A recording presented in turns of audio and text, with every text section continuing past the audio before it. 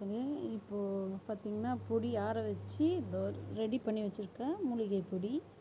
இப்போ நான் கொஞ்சமாக எண்ணெய், எனக்கு தேவையான அளவுக்கு எண்ணெய் காய்ச்ச போகிறேன். இங்கே பாருங்கள், செக்கில் ஆடின 100 ml தேங்காய் எண்ணெயை இதில் விடுறேன். எனக்கு இது போதுமான அளவு. அப்பப்போ நம்ம ஃப்ரெஷ்ஷாக செஞ்சுக்கலாம். இதை நான் இங்கிட்டு வச்சிட்றேன்.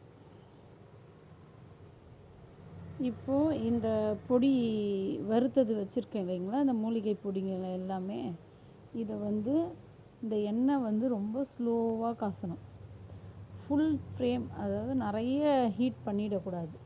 அப்படி பண்ணணுன்னா என்ன ஆகும்னா, அந்த எண்ணெய் என்ன சொல்கிறது,